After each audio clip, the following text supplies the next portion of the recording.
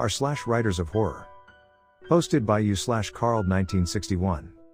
Disgruntled employee. Work hard and you'll get ahead in life. Pull yourself up by your bootstraps. Nothing is impossible if you put your mind to it.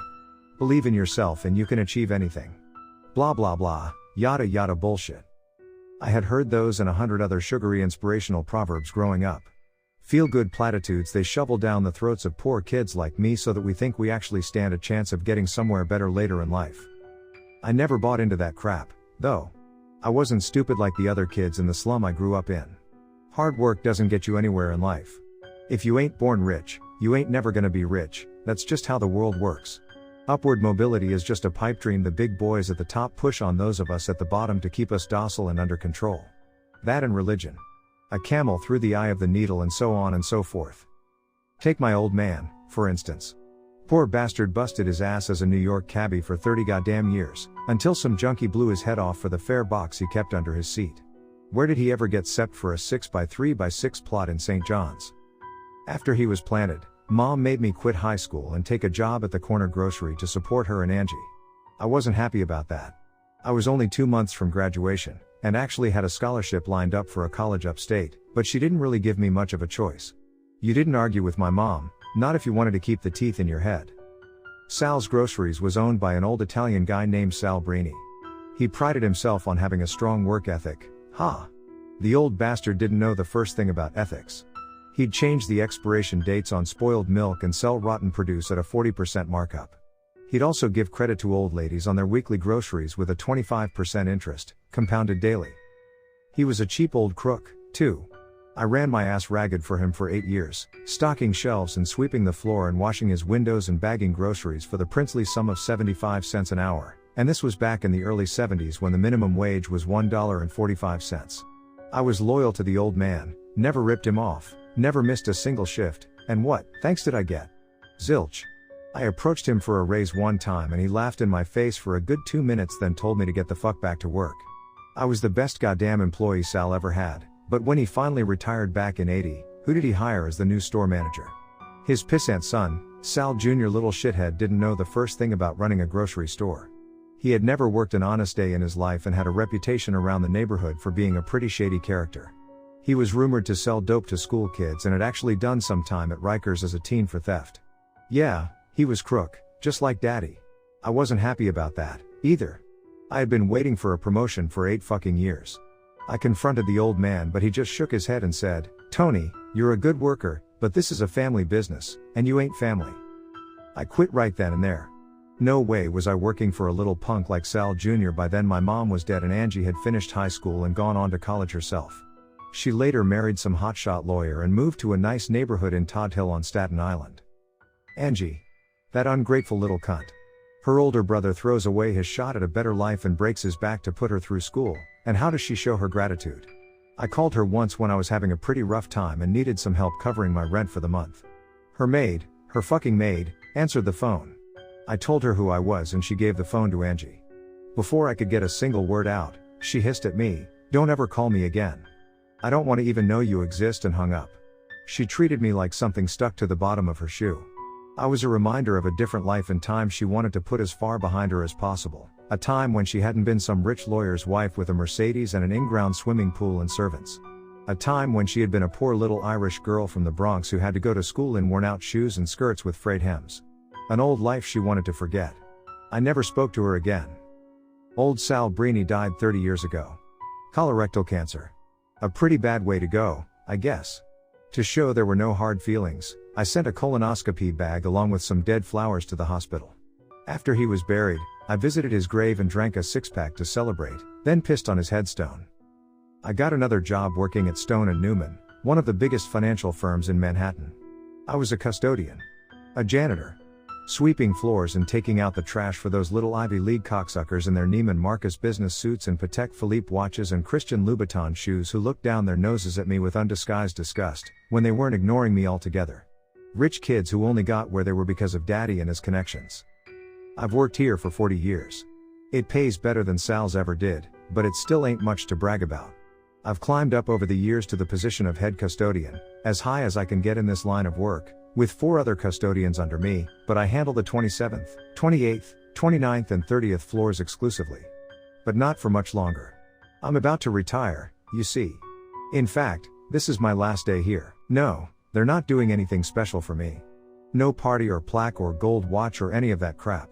I'm invisible to them, I always have been. Unless they need someone to vent their frustration on, someone they can feel superior to.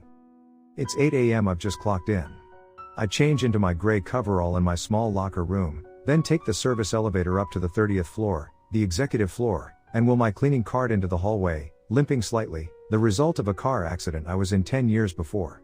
The receptionist, Sarah, barely bothers to throw me a glance. I smile at her as I always do and give her a routine good morning, which she ignores. She always does. I always start at the top floor and work my way down. I begin my day by emptying out the trash in the executive director's office.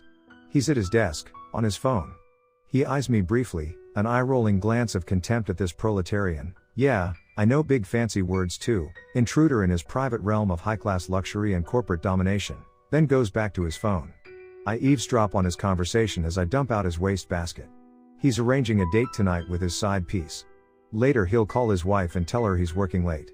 He's a fat fuck in his 50s with a full head of iron gray hair that's probably the result of very expensive transplants. I finish and go to the door, turn back to smile at him politely and say, "It was nice working for you, Mr. Locke." He doesn't look up, just waves me away like a fucking dog that won't stop jumping on your leg. I remove the trash from the other 30th floor offices and then polish the long table in the executive conference room and clean the windows. I don't do any vacuuming, that's the job of the night cleaning crew after the building closes for the day. It is now 10 a.m.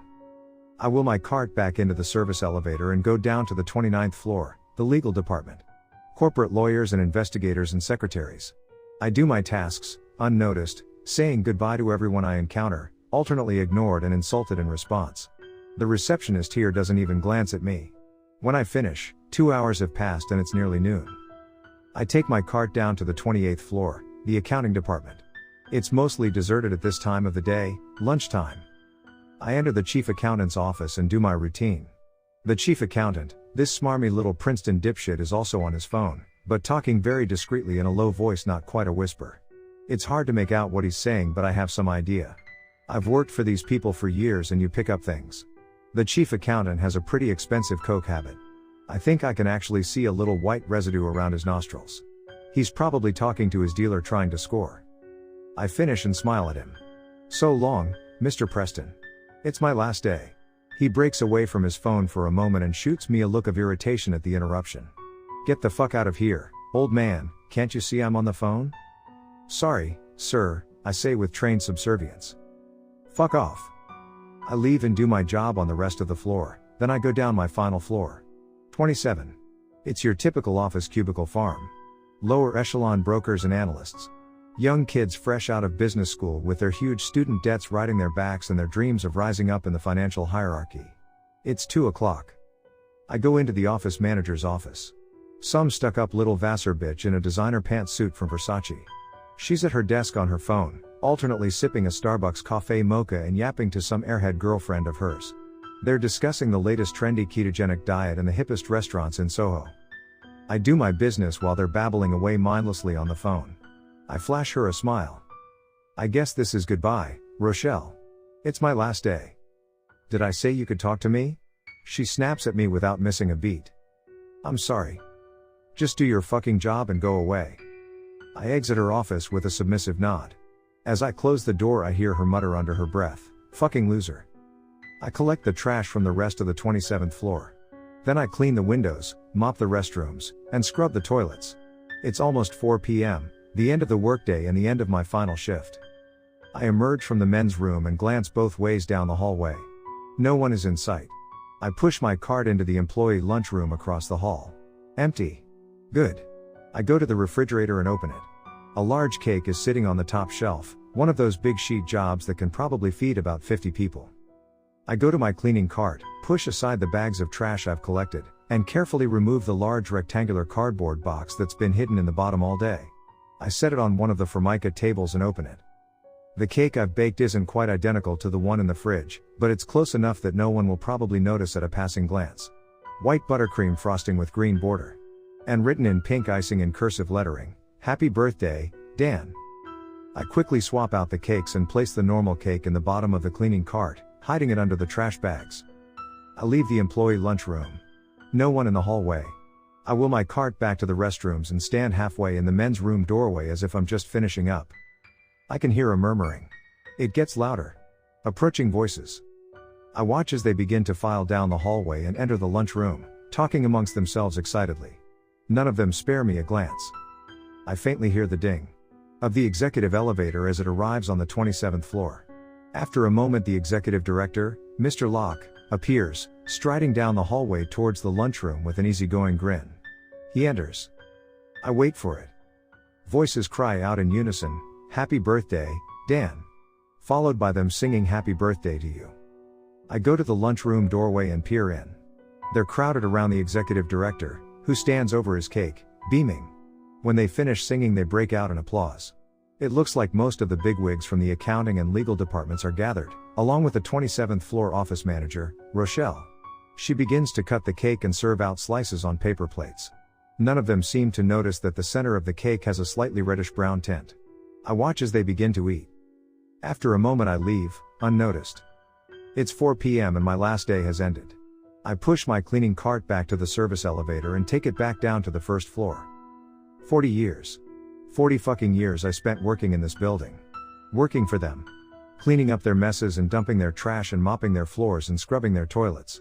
And not a single one of them said farewell or gave me a retirement gift or even a lousy fucking card. Not even a fucking cake. They didn't even notice me leaving.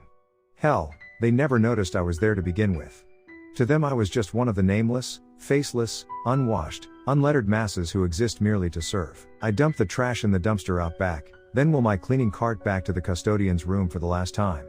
Then I limp into my small changing room and remove my gray coveralls for the last time. Before I switch back into my regular clothes, I regard myself for a moment in the mirror. A 67-year-old man with thinning white hair and a face aged and worn by a lifetime of hard, thankless work. And what did I have to show for it?